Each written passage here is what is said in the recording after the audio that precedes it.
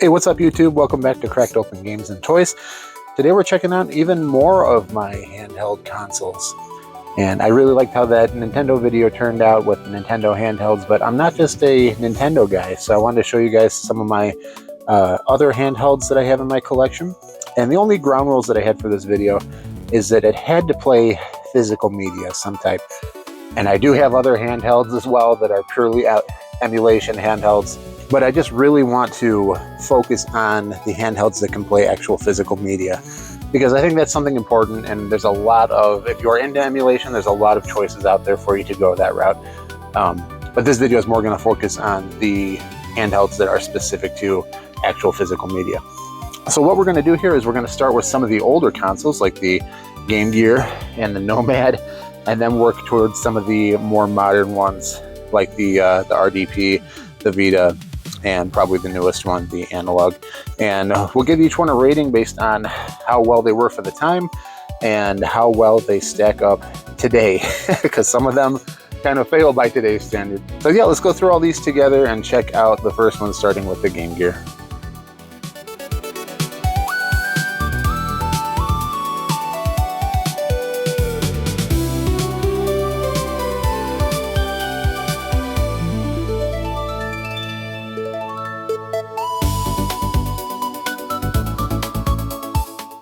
So yeah, this is the Game Gear, and I was a Nintendo Game Boy player for however many years difference between when the Game Boy came out and this was, but I remember seeing this in 6th grade. That was my first time I saw this thing, and one of my friends at school had it, and I just thought it was, you know, going from playing on that green LCD to full color display was just awesome, and I wanted one of these so bad. And I'm getting one for Christmas, I think, that same year or the year after, or something around that time. But this is my second handheld I ever owned, and this is actually my original Game Gear as well. But as you can probably tell, we'll go ahead and plug it in.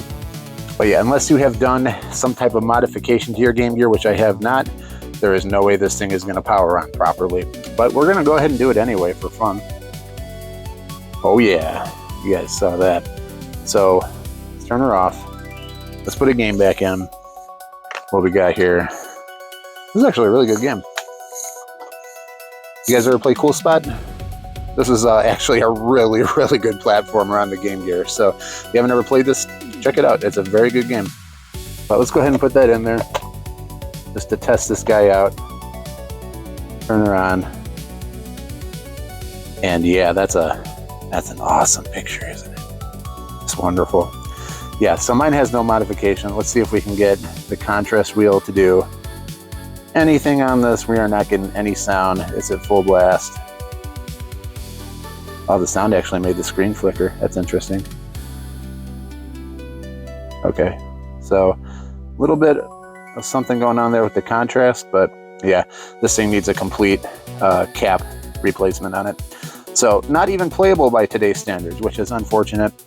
And I'm kind of weary doing that capacitor mod on mine, just because I'm not that, I can do some simple soldering, but as far as like complex, this is a very complex soldering job that needs to get done for it. So yeah, I don't know, maybe I'll give it to somebody, or I mean, these things are so cheap nowadays that if I break it or something, I can always just get another one and do it. But since this is my original one, I don't know, it's kind of sentimental, and I would like to just fix it. But it is what it is for right now.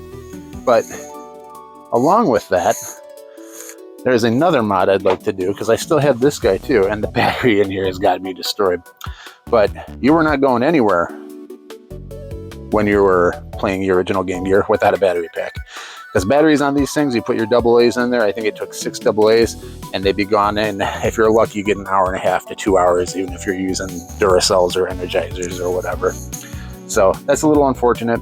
But these guys I've seen, people are putting like new lithium ions in here between 30 to 50 milliamp hours, and that would be sick to be able to do a mod in here, to put one of those newer batteries in here and make this an actual USB-C charging pack, because I love the style, I love the look of this thing, but it is so heavy and it just, there's that, it won't retain any charge anymore. So yeah, that's a little unfortunate, but love the look of this thing.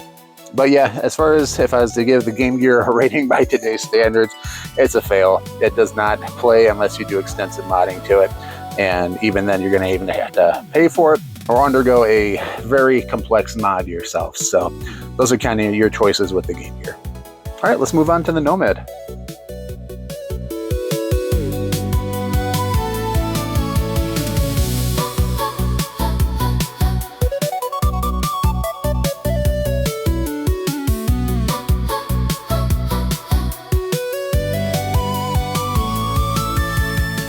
All right, guys, next up is the Nomad.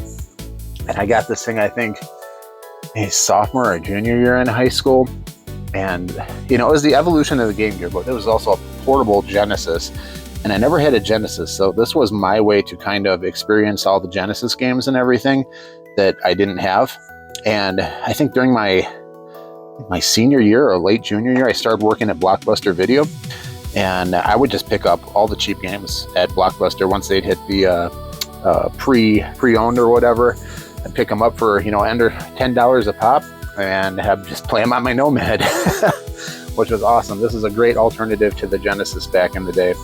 And the coolest thing about it is I got this thing from Toys R Us when they were clearancing them out, and I think it was under 50 bucks. These retailed, I think, starting around $200 when they came out, but Toys R Us had a clearance on them. And I opted to get this instead of the Virtual Boy, which I still think was the better choice, because the Virtual Boy is just, you know, if you want to experience it, you can experience it on the Switch nowadays. I guess let's just say that. But I think I made the better choice here with the Nomad, even though I still have, you know, as you'll see, there's modding that has to go on here as well. But I did get my fair share of enjoyment out of the Nomad and got to play, you know, Genesis games on my TV and portably back when I was a teenager. So. But anyway, let's take a look at this guy too, powered up. And as you can see, I still have my battery pack on there too. I think I have the box for this thing somewhere, but I'm really lucky I didn't toss this thing out, because I think those things go for a little bit nowadays, those battery packs, because people are doing mods to those as well. All right, so let's pop in a game. I'm going to pop in my favorite Genesis game, Strider. Oh yeah. My neighbor, Dave, gave this to me. Still have it, Dave. I know you got rid of a lot of your Genesis stuff, but I always kept my Strider because I know you put it aside for me, so that was awesome. Yeah, let's go ahead and plug some power into this guy. And I'm just going to use the same, takes the same charger that the Game Gear did. But as you can see, I think we're going to run into the same problem here. We get anything? Nothing on first try. Crank that volume. I don't know if you guys can hear, there's a little bit of crackling going on. Let's see if we can get anything out of this. Oh my gosh. Now the screen is bad. And the sound is bad. Was there contrast on this thing? Oh yeah. Now it's looking better on the video than it does in my hands. Let's see if we can get any sound. Oh my gosh. Look at that. It's not completely destroyed like the Game Gear. There is, you can, I don't know if you guys can hear that, but there's like a static coming out of there, which is not optimal, but it's still playable. So let's check out Strider for a second. Oh yeah. Speaker is not completely toasted. I haven't played this thing in several years. I just assumed it would be out of commission by now. But I'm happy that it's not.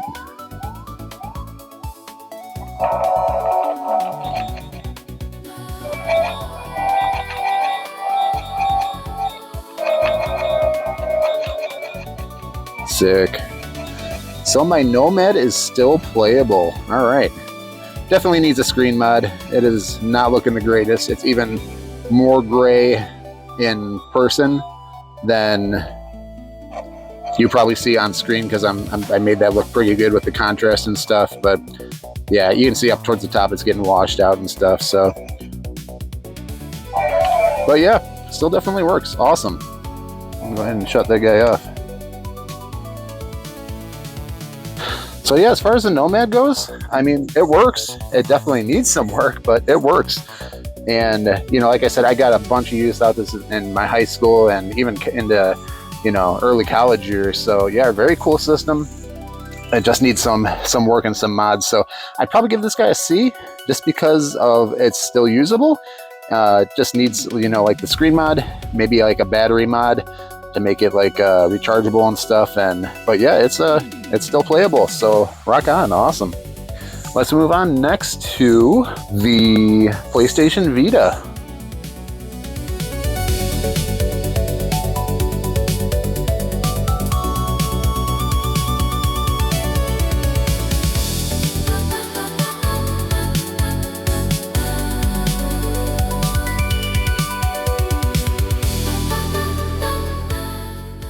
All right, guys, let's check out the Vita. And this is the original model Vita. I think they had two models out at launch. There was the, not wireless, it had some mobile plan or something. This is the one that did not. It's just the one that runs off wireless or whatever. But yeah, this is the original OLED screen, which I think still stands up to today. Just a beautiful, beautiful screen on this thing. Mine is modded, and what I did is, let's go through my games real quick too so I can show you. Here is my games for this guy. Let's start off. We got Assassin's Creed, Batman, Blackgate. This is like a Metroid game. That is a sick, sick game if you like Batman and Metroid. Disgaea, Dragon's Crown, amazing game. Final Fantasy X, Freedom Wars. This game's a lot like Monster Hunter. If you like Monster Hunter, it's very similar to that. And let's see, of course, Gravity Rush, Hot Shots, Killzone Mercenary. One of the first games I had for the system. I don't even like first-person shooters, and this is just an amazing, amazing game. Luminace, Metal Gear, HD, Muramasa Rebirth. And this was a Vanillaware game, another one, just like the Odin Sphere. And yeah, I really enjoyed this one too, kind of like a 2D side-scrolling game. What else we got? We got Ninja Gaiden, Sigma Plus, and Sigma 2 Plus. Odin Sphere, of course, Soul Sacrifice. I played this a little bit, I just couldn't get into it.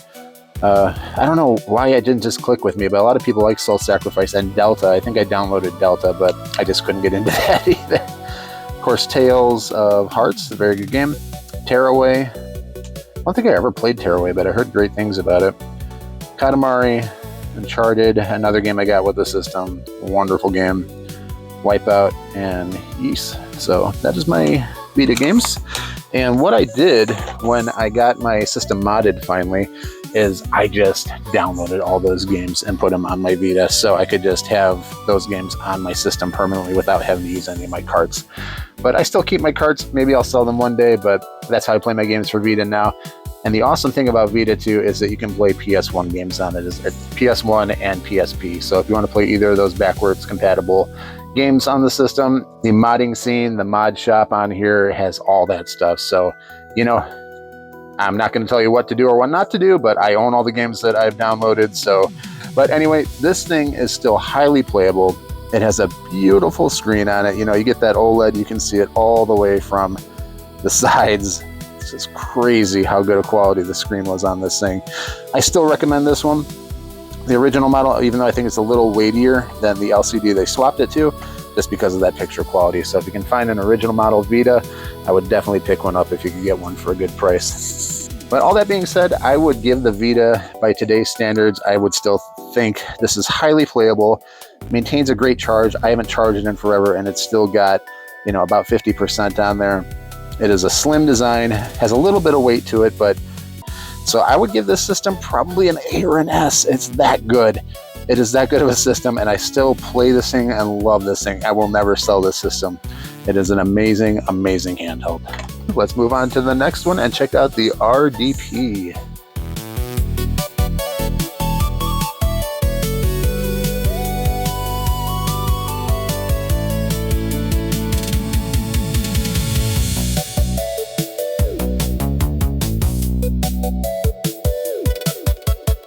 Alright guys, next up here we got kind of an interesting one. This is a retro dual portable 2.0 version. Not exactly sure what they changed between the 1.0 and the 2.0 version.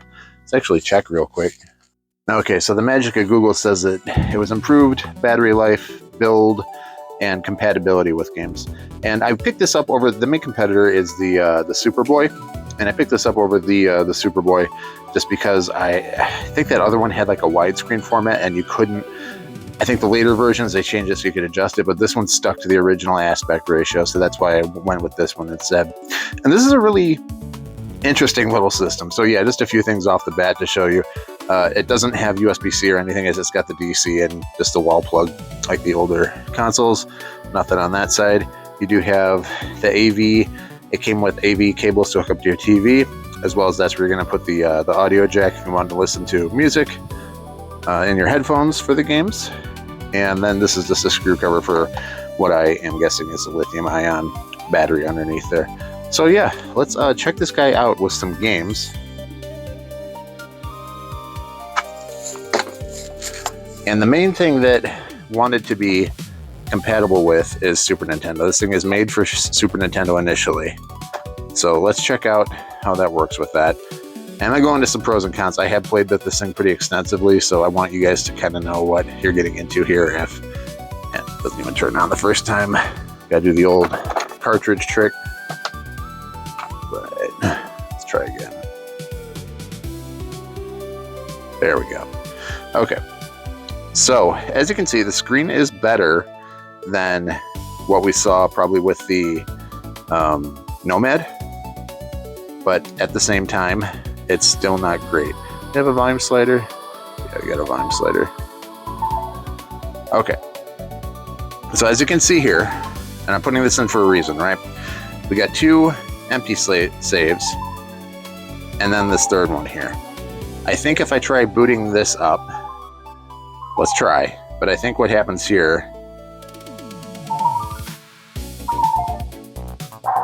okay, it does actually load right, but my file was not, this was another file that was on the card.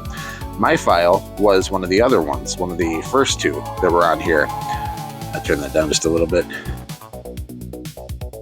And I'm gonna do this on screen so you guys can see. One of the biggest flaws with this system is if you bump it or shake it or anything hits this cart while you're playing. Let's see if we can actually get it to wipe too.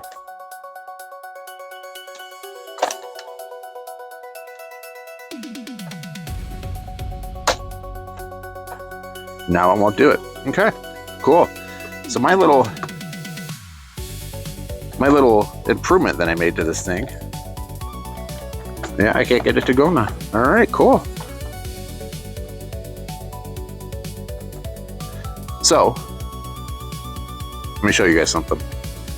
Back here, and I might even improve this further since I have some other weather stripping now, but I put two weather stripped pieces, one up here and one on the cartridge slot. I initially just put one here to try to prevent the cartridge from moving, and that didn't work, and I put one other one back here. So when you do that, it kind of locks the cartridge in.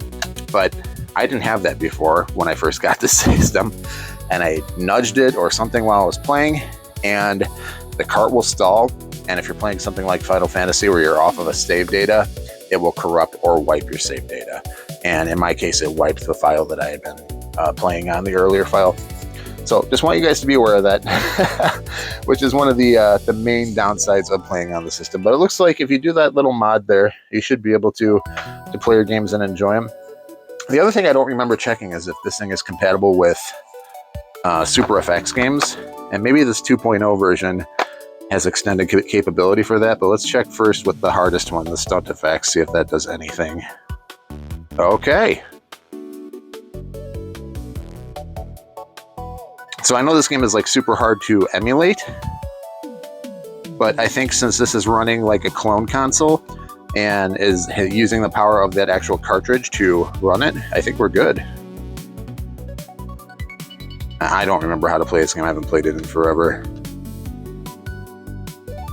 But let's check it out in game and see if it actually goes.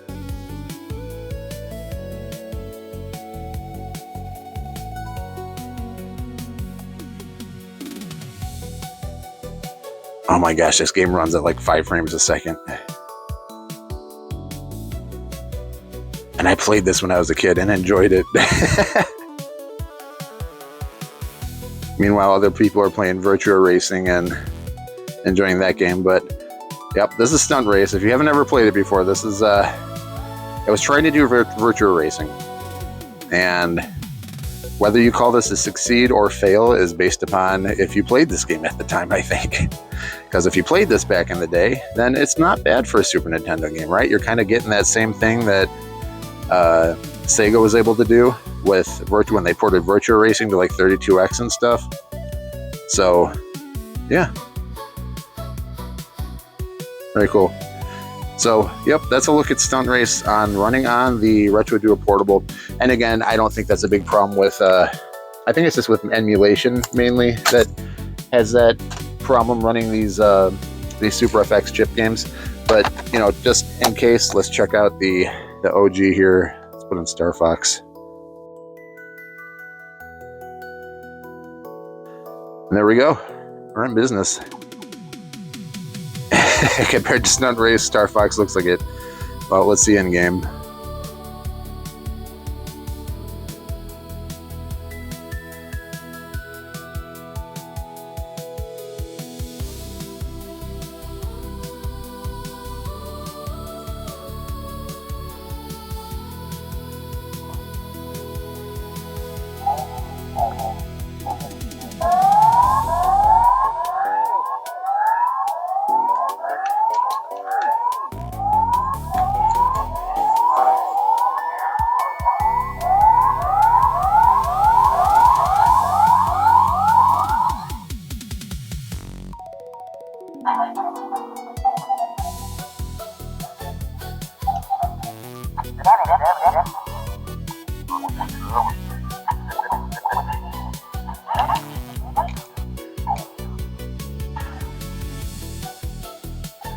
So yeah, once you're in Stunt Race, playing Star Fox, the frame rate doesn't look so bad, right? But yeah, there's Star Fox running on it. Runs fine. So I'm not sure, again, what they extended with their, maybe the original Retro Duo Portable didn't play these FX chip games. I don't know. But they did say extended library with the 2.0, so that's what you're looking at there. And yeah, just to show you guys, I think what I'm going to use to really lock that in instead of 2 felt strips is going to be like, I think this is a 1/4 inch weather stripping, and I think if I put just one strip of that back here on top of there, that cartridge ain't going to go anywhere. So yeah, that's a look at the Retro Duo Portable, and just a couple other little things about it. Another big flaw in this thing is how widespread these buttons are. So after playing this for some time, you know, I had this before I ever got a Analogue Pocket. So the buttons are very widespread on here. And just to show you in comparison to the Analog, here is the button difference.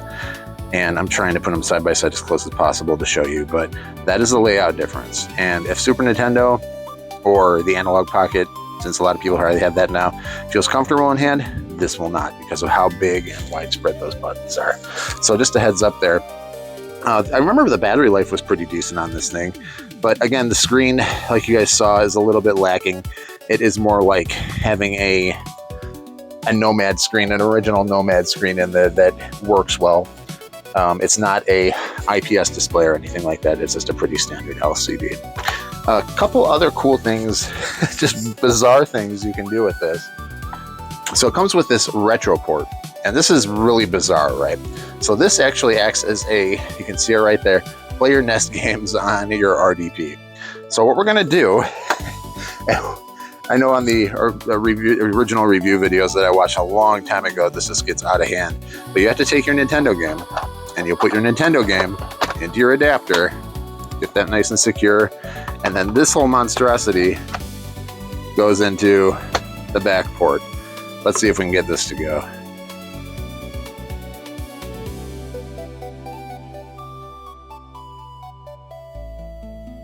Nope, let's blow on the cartridge.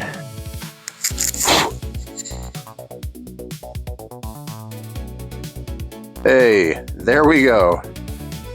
Is this not ridiculous or what? Like, nobody's going to be playing this. You'd rather just get an emulation device, but for people that wanted to, that's what you could have. Now let's see if I can get that crash thing to work on this. Nope. My little trick has worked pretty good, so I'm happy about that. But yeah, if you want to play Nintendo games on here, there you go. And it's actually not bad quality for a portable Nintendo. Just that nobody in their right mind is going to be carrying that monstrosity around with them. So just crazy there. But yeah, that's a look at the Nintendo adapter. And one other thing that was a additional add-on for it was the Retro Gen adapter, which allows you to play your Genesis games on your either your Super. It was made for the Super Nintendo, so this would actually go into a Super Nintendo, but you can use it on the RDP as well. So what better way? Let's go ahead and take our Strider and put that in there and see how it looks on the RDP.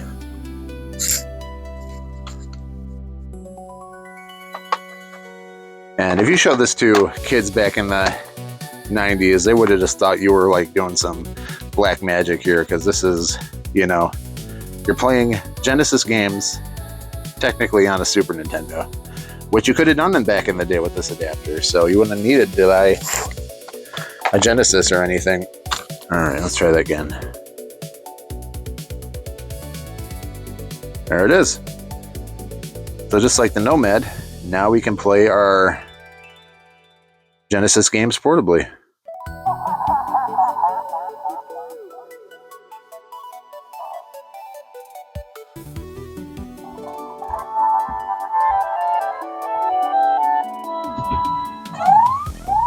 A little better screen than the Nomad quality, and no dimming or, you know, any messed up pixels or anything. So it is a clear screen. It's just, you can see it's not that sharp. It's a little blurry around the edges and stuff. So yep, that's what you're looking at there. But yeah, it's still definitely play your Genesis games. It's just you're going to have to be carrying around another stack like that. And I don't have it, but I've seen some people do the Sonic and Knuckles thing with this, where you use a Retro Gen and then plug Sonic and Knuckles in, and then plug another, you know, you can just get that Tower of Power thing going with the Retro Duo Portable as well. So yeah, that's what it is. Very interesting little console. Probably not ideal by today's standards if you have the Analogue Pocket, but I'd say overall it's still functional, aside from a couple little quirks and that crash thing that you would have to put some type of mod there, some type of weather stripping or something to get that cartridge to lock in place. But yeah, I'd still give this a B. I think if you're sticking to Super Nintendo games and not building that massive tower behind it, that yeah, you can still have a lot of fun with this system. I think it's probably highly playable. The battery still has good life, and the screen is decent quality. So yeah, I think if you're sticking to Super Nintendo games, this is probably still a B rating system. All right, and lastly, we'll check out the Analogue Pocket.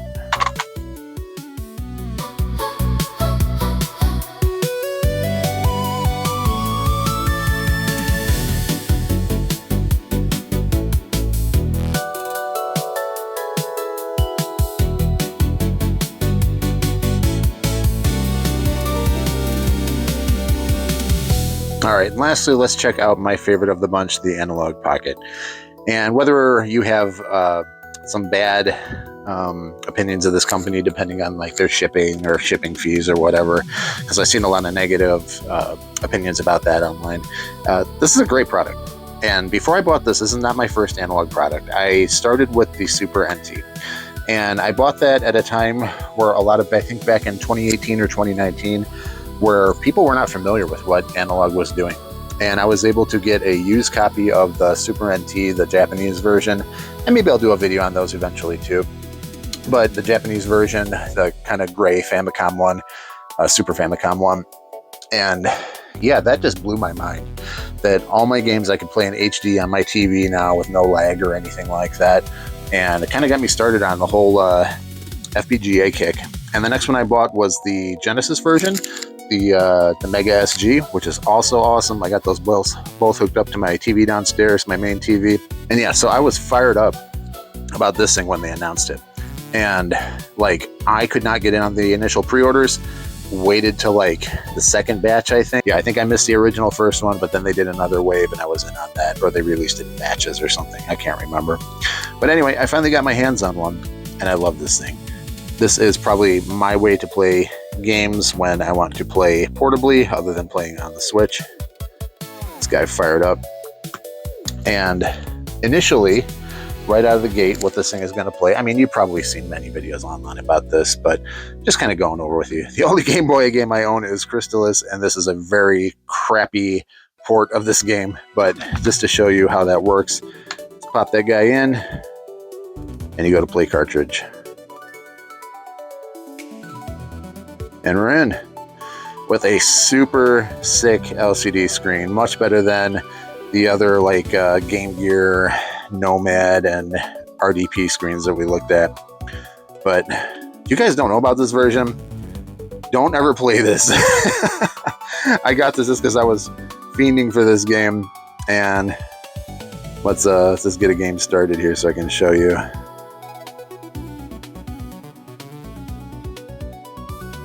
Because I love this game on Nintendo. The Nintendo version is so good, and I have that too. Unfortunately, when I was retro buying, I didn't think there would be a difference between the ports, and there is. And you can see it already there with the frame rate. Ugh, just, I'm not going to go into detail, but yeah, the frame rate itself is just bad on the Game Boy. And I know there's a lot of other complaints. I don't remember I'm offhand what they were about this. I think the sound is not good, and yeah, just the general feel of the game is way different than the Nintendo version. But yeah, it plays Game Boy games just fine, so there's that. Let's go ahead and go back to menu. And the other thing I like about it is that the cartridge isn't poking out here at all. Like we saw in the RDP, how it had that huge stack behind it. This is level. This is flush with the Pocket, so you're all good there, even with Game Boy games.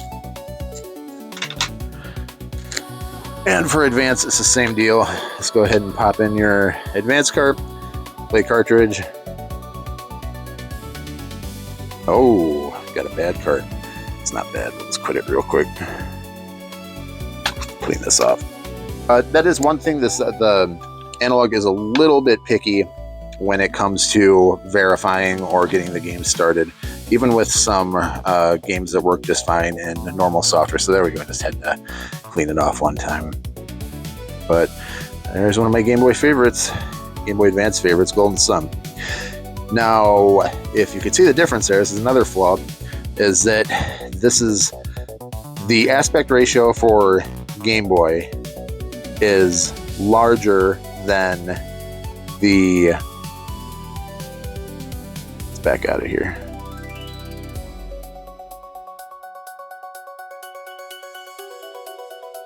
Let's get into my game. The aspect ratio is different for GBA. So because of that, you're going to get a bit of a smaller screen size when you're playing GBA games. And that kind of sucks. It is what it is.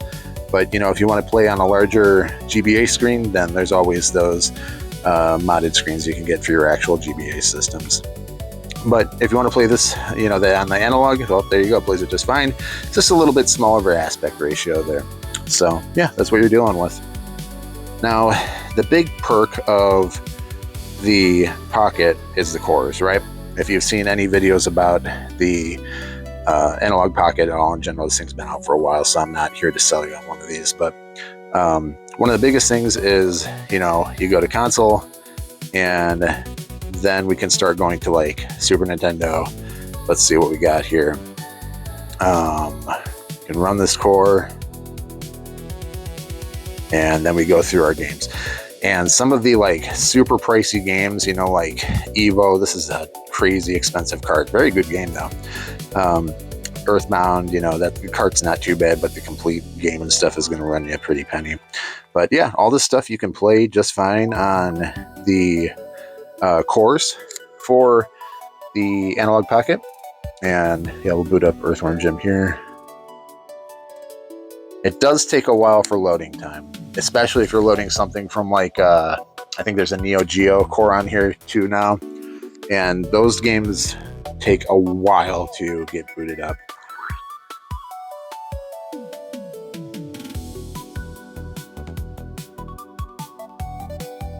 Oh yeah, there we go. We're back in action.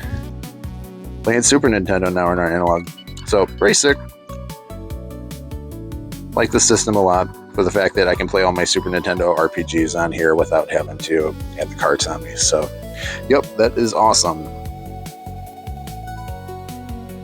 Now, as far as the downsides on here, like I mentioned with the load times you guys just saw, if you're playing any chords, it's going to take a little while for the load times. People also did not like that initially when you get the system, there's no cartridge cover there, so you're just going to have those pins kind of sitting out there. There is some stuff on Etsy you can get to get a cover for that. I usually have mine in a case, so I don't worry about it too much. But if you're concerned about getting dust and stuff in there, you can always get a little dust cover. Doesn't come with one though. And they're still making cores for this. Like out of the gate, like I said, you're going to get compatibility with the Game Boy and Game Boy Advance. But then they also make an additional set of adapters you can get for Game Gear, Lynx, and Neo Geo Pocket Color. And the only one out of there, I don't have a lot of Game Gear games, I just got a few. Maybe I should get that because I get Game Gear being able to play all my carts, and I got quite a few Neo Geo Pocket Color. So they still haven't done a core for the Neo Geo Pocket Color that I'm aware of that plays correctly. So maybe I should just bite the bullet and get those adapters for this thing. Who knows? Clean that yet. Another thing, I've just been showing you guys, and it's already got fingerprints all over the glass here. So yeah, very the rest of it's matte, so not too bad with the cat hair and stuff. But yeah, it's with the screen itself, it gets a little smudged up there pretty easily. And I do have glass on here too. And this is another complaint that people had, is that when you're looking at it, you can see the raised glass there, that it does sit raised just slightly. And I'm not sure about the measurement, how much that is, but you can see my thumb there. And it's probably about the height of a couple fingernails that it's going to pop out there to sit on top of the screen if you decide to get the glass on here. But yeah, very few downsides. If you include like the the analog shipping as one of the detractors, along with the dust cover and load times. I mean, those are really the big bad things that are the downsides for the system. Everything else, man, this is a great system. Battery life's good. I don't remember the last time I charged here. I still got 80% on it. Plays a variety of actual physical cards and has all those cores on it if you're into emulation. So yeah, that's what you can expect out of this thing. I think it's one of the best bangs for the buck. Anyway, that's been a look at the Pocket. Really cool system. I think it's well justified for the money and the screen and the quality that you're getting. Just a few little detractors on there. So as far as the grade goes, yeah, this is getting the A to S rank as well. Awesome system and a great way to play all of your Game Boy and Game Boy Advance and some other systems as well if you get the cartridge adapters. All right, guys, we'll be back in 1 second with some final thoughts. Thanks for watching this video about some of my additional handheld systems that play physical media. I think this has been an interesting video. Let me know what you guys think down in the comments section as always, and I'll definitely respond to any questions or anything in there. And again, as far as a wrap up here, I would say if you're in the market for a handheld that plays retro games outside of emulation, and you want something that plays actual physical media, this is your best bet. Regardless of the shipping times and stuff with analog, maybe check locally and see if you've got a retro store that has one of these in stock or used to get a little bit of a deal on it. Great system. I would recommend this over anything else here. Second up, the Vita. This thing is great. It plays your physical Vita games, and it has a massive modding / homebrew scene on that now. So if you're want to check out the Vita handheld and some of the games that were available for that, then man, I can't recommend this original Vita high enough, because it's got the OLED screen on there. Looks great, has great battery life and stuff, and has a crazy supported modding scene for it. Next up, I would probably go for the Retro Duo Portable, just because these things are probably pretty cheap if you can find them now. I don't think that the demand for these ever got very high. Plays your Super Nintendo games right off the bat, and you can get a adapter for the Genesis as well. Again, the downsides are that you're going to be building that massive tower if you're playing anything other than Super Nintendo games, and to just be super careful of shaking your system without putting any type of modding or weather stripping there to hold the cartridge in place. So yeah, kind of the big things you have to look out for there. And if you got big hands, you might be okay here. I do, so the button sliding and stuff isn't too bad for me, but it is still a stretch compared to like the button placement that you would see on the Analogue Pocket. Next up, we're going to go to the Sega systems, and I still think the Nomad is really great, but you are going to have to put some work into that. I would, especially for mine, like you guys saw, a new screen would want to go in there, and probably some type of battery lithium mod, so it could be charged with USB-C, and put a new battery, like some sort of rechargeable battery in that pack. So a bit of modding you're going to have to do if you find one of these and pick one up, but still a really cool system that'll play your Genesis games right off the bat. Lastly, the Game Gear. And I love the Game Gear so much, but it has to be a fail. Just because right now, if you're in the market for a Game Gear, you're going to have to either pay for a pre-modded one, which if you really want to play Game Gear games, just buy a pre-modded one and don't worry about the additional modding and stuff that you're going to have to do. Just get one modded, get one with a nice screen, and call it a day. If you find one used, or buy one used, or buy one that doesn't have mods to it, you're going to have to redo the capacitors, and that's going to suck. So you're going to need to put an extensive mod on here, and you're going to probably want to drop a new screen and new audio board in there as well, or a new speaker in there as well while you're doing this, on top of any type of battery mod or anything like that. So just something to be careful about there. And yeah, that's going to do it, guys. I hope you enjoyed this one. Maybe we'll do a third part with some emulation devices, because I've got some fun emulation devices as well. But I think this covers it for the physical stuff. So yeah, just wanted to show you guys what I have for physical portables. Love these systems. A couple of them require some extra work that I may get around to eventually. But these three are kind of like ready to go, ready to play at any time. So thanks for watching. Make sure to like, share, and again, leave a comment down below if you got any questions or anything, and I'll get back to you. Be sure to check out the channel. And if you like these type of videos, please consider subscribing. All right, guys, we'll catch you on the next one. Take care and have fun.